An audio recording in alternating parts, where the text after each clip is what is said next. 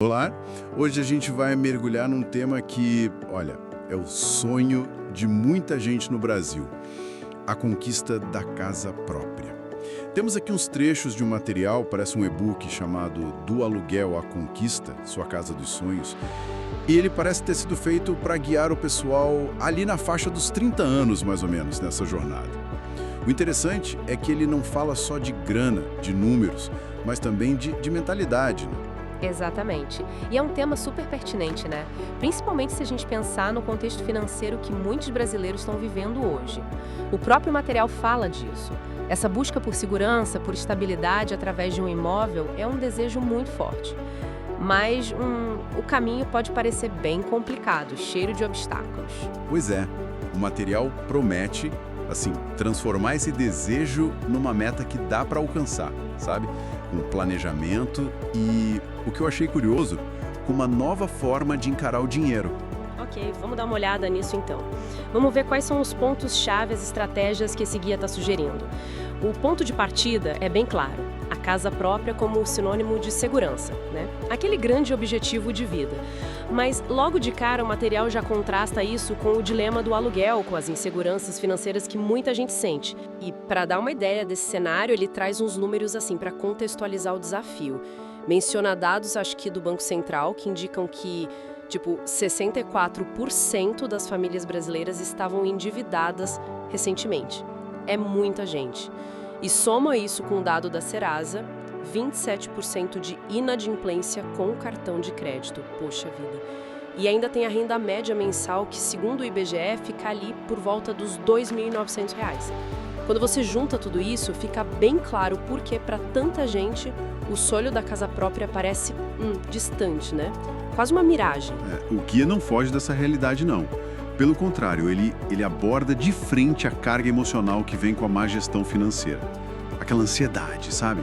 A pressão das dívidas, principalmente, olha só, as do cartão de crédito. E aqui a coisa fica realmente séria.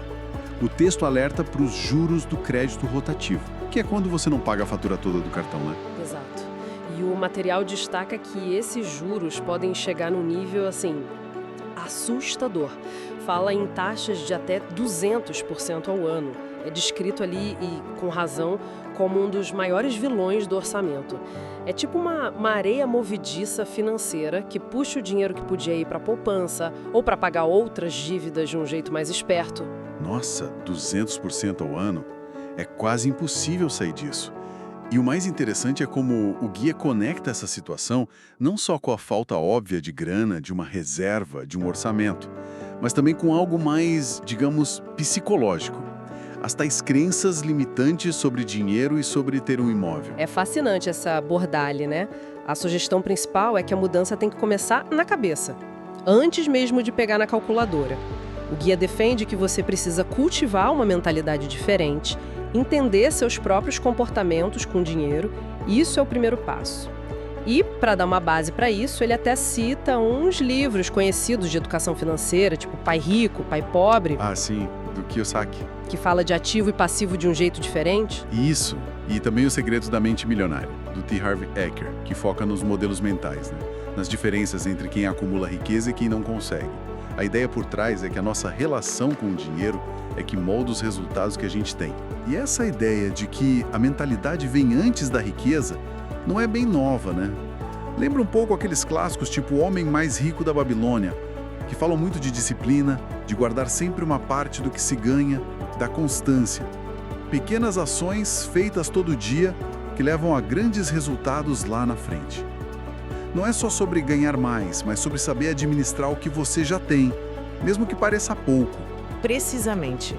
O guia parece dizer que essa disciplina financeira, essa consistência é que faz a roda girar. É o que pode transformar o sonho que parece longe numa meta palpável. É um trabalho de dentro para fora, sabe? Mudar o jeito de pensar para mudar o jeito de lidar com a grana. Ok. Então, partindo dessa base de mentalidade, de disciplina, como é que o guia transforma isso em ação, em passos práticos? Ele estrutura um caminho, né? São 8 etapas-chave para quem quer sair do aluguel. Vamos dar uma olhada nelas. Talvez a gente possa agrupar para ficar mais claro. Que tal começar pelos fundamentos? O que vem primeiro? Boa ideia. Os 2 primeiros passos são a base mesmo.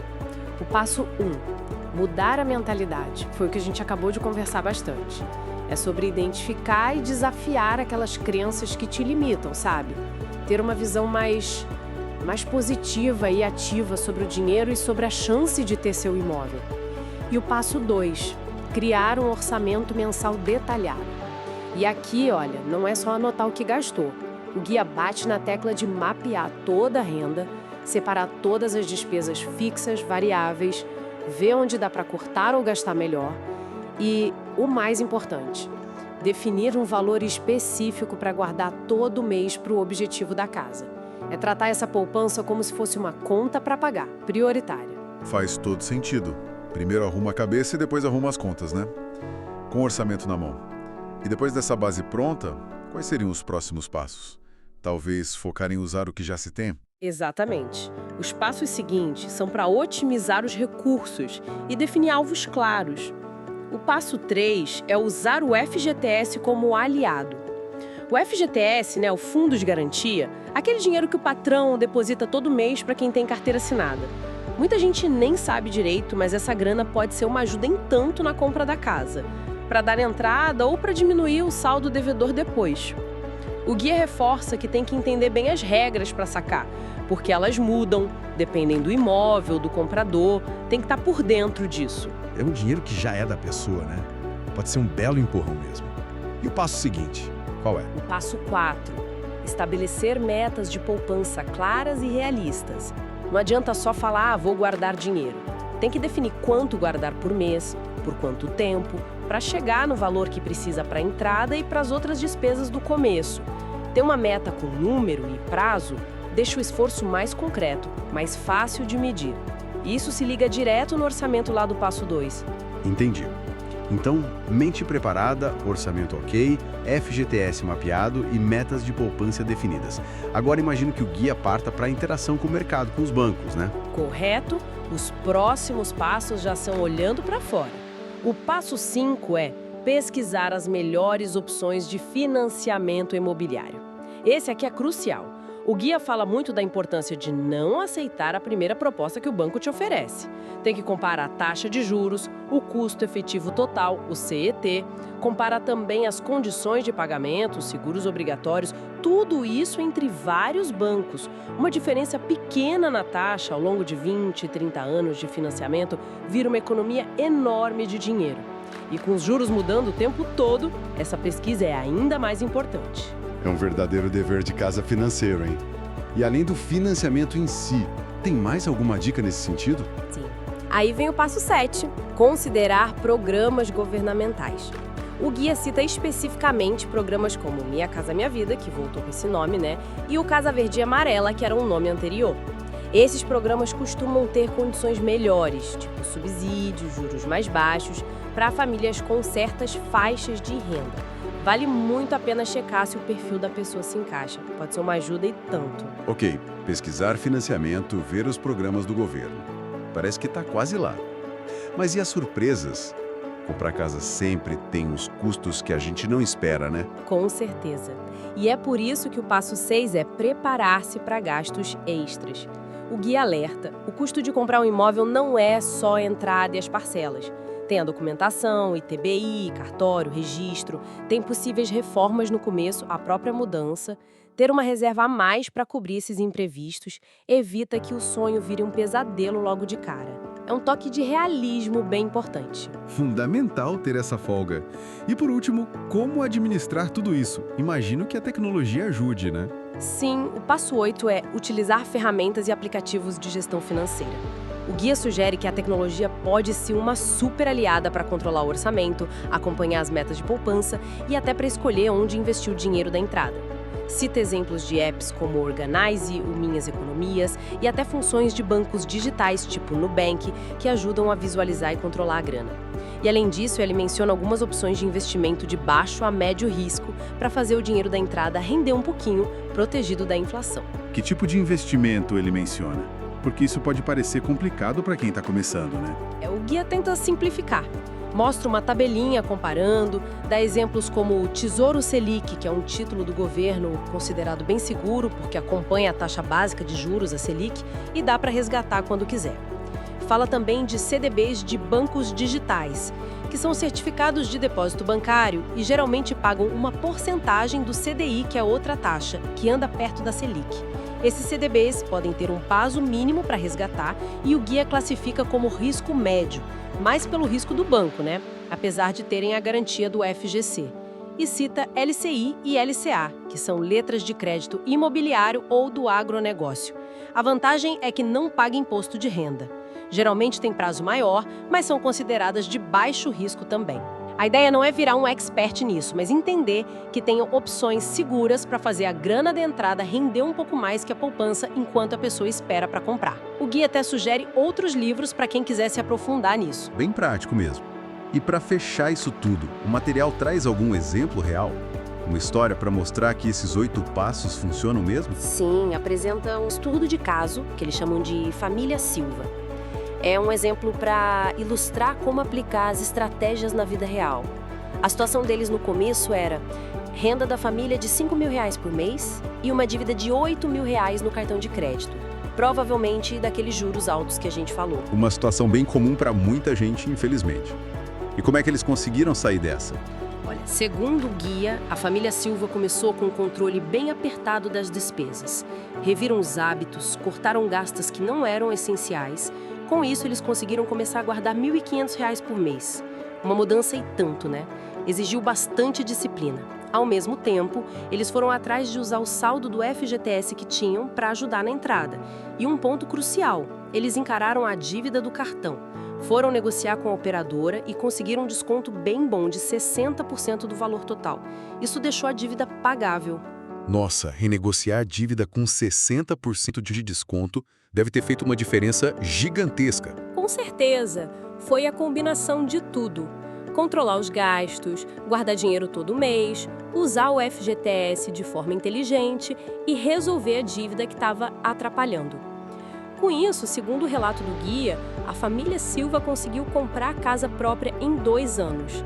Saíram do aluguel e botaram as finanças nos eixos. É um caso que serve para mostrar que, mesmo começando numa situação difícil, com dívida, o planejamento e a ação podem virar o jogo.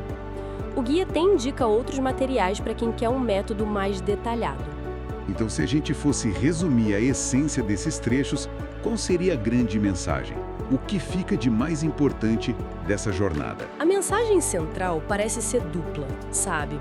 Por um lado, sim, a casa própria é possível, mas exige um compromisso sério com o planejamento financeiro. Precisa de dinheiro, claro, mas o jeito de administrar ele é que faz a diferença. Por outro lado, e talvez até com mais força, o guia deixa claro que essa jornada é também, e talvez principalmente, uma jornada de transformação pessoal. Exige mudar a mentalidade, mudar hábitos, mudar a relação com o consumo, com o futuro. E o material ainda tem uma tal de caixa motivacional, né? Reforçando que esse planejamento todo não é para ser visto como sacrifício, como restrição. Exatamente. A ideia ali é que o planejamento financeiro, quando está bem feito e ligado a um objetivo forte como a casa própria, na verdade ele te dá liberdade. Cada decisão consciente de guardar dinheiro, de investir, de evitar uma dívida ruim, te aproxima não só do imóvel, mas de ter mais autonomia, mais segurança financeira na vida como um todo. O planejamento deixa de ser um peso e passa a ser visto como um jeito de realizar sonhos e ter mais controle sobre a própria vida. É uma visão de empoderamento, né? Bem, fizemos então essa análise detalhada dos trechos do aluguel à conquista. Vimos o cenário financeiro brasileiro, que não é fácil. Vimos a importância que o guia dá para a mudança de mentalidade, como ponto de partida mesmo. E passamos por aquelas 8 estratégias práticas: orçamento, FGTS, pesquisa de financiamento, programas sociais, ferramentas digitais, gastos extras. O caso da família Silva mostra que, olha, com método e persistência, parece que o caminho é possível sim. Sem dúvida. O material dá um roteiro, né? Uma sequência de passos para quem tem esse sonho. E pensando em tudo isso, me surgiu uma reflexão aqui que talvez vá um pouco além do que o guia foca. A meta principal ali é a compra do imóvel, a realização material. Mas será que o próprio processo em si Sabe, aprender sobre finanças, mudar os hábitos, criar disciplina, negociar dívidas, desenvolver uma nova cabeça em relação ao dinheiro. Será que tudo isso já não é uma conquista enorme, talvez até mais valiosa? Independente de comprar a casa em 2, 5, 10 anos, ou mesmo que os planos mudem, essa organização financeira, essa nova postura, será que ela não abre outras portas para outras formas de segurança, de liberdade, outros projetos? Fica a pergunta, né? Excelente questão para a gente terminar. O valor da jornada, né? Além do destino. Talvez a maior conquista seja a transformação que acontece no caminho. E com essa reflexão, a gente encerra essa análise sobre os caminhos para a conquista da casa própria no Brasil.